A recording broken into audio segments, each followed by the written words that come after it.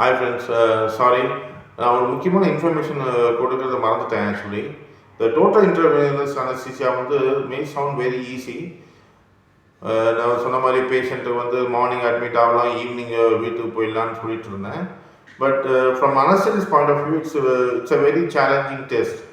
ஏன்னு கேட்டிங்கன்னா வந்து நீங்கள் ஜென்ரல் அனஸ்தீசியா மாதிரி வந்து ஏர்வே வந்து செக்யூர் பண்ணல. நீங்கள் வாய் வழியாக டியூப் போட்டு மூச்சு குழாய்க்கு மூச்சு வந்து ஆர்டிஃபிஷியலாக வந்து நீங்கள் ப்ரீத்திங் கொடுக்கல. ஸோ பேஷண்ட் வந்து அவங்களே தான் மூச்சு விடுவாங்க.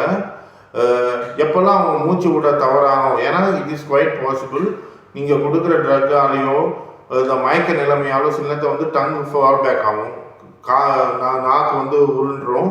ஸோ ஆக்சிஜன் வந்து உள்ளே போக வாய்ப்பு இல்லாமல் போயிடும். சில நேரத்தில் நீங்கள் கொடுக்க மருந்துனால ரெஸ்பிரேட்டரி டிப்ரெஷன் வரும். பிரெயினை வந்து முடக்கிற மருந்து கொடுக்குறோம் நம்ம நார்மலாக. ஸோ அந்த பிரெயினை முடக்கிற மருந்து கொடுக்கும்போது ப்ரீத்திங் வந்து கம்மியாகலாம். ஸோ அதனால் வந்து உடம்புல ஆக்சிஜன் லெவல் வந்து கம்மியாகலாம். ஸோ அதெல்லாம் வந்து கண்டினியூஸாக நீங்கள் மானிட்டர் பண்ணிகிட்டு இருக்கணும்.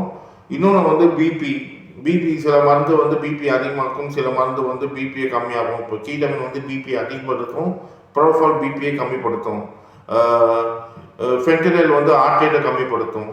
இது மாதிரி நிறைய சைடு எஃபெக்ட்ஸ், சின்ன சின்ன சைடு எஃபெக்ட்ஸ் இருக்கும். பட் இன்னும் it should be carefully monitor. ஒரு எக்ஸ்பீரியன்ஸ் ஹேண்ட்ஸில் வந்து it should not be a problem.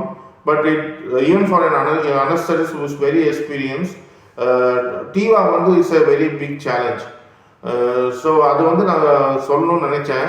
நான் மற்றது I didn't talk about the anaesthetic point of view என்னுடைய பழைய இன்னொன்று முன்னாடி வீடியோவில். So I just want to add this too. So yeah, anyway, take care. Thank you.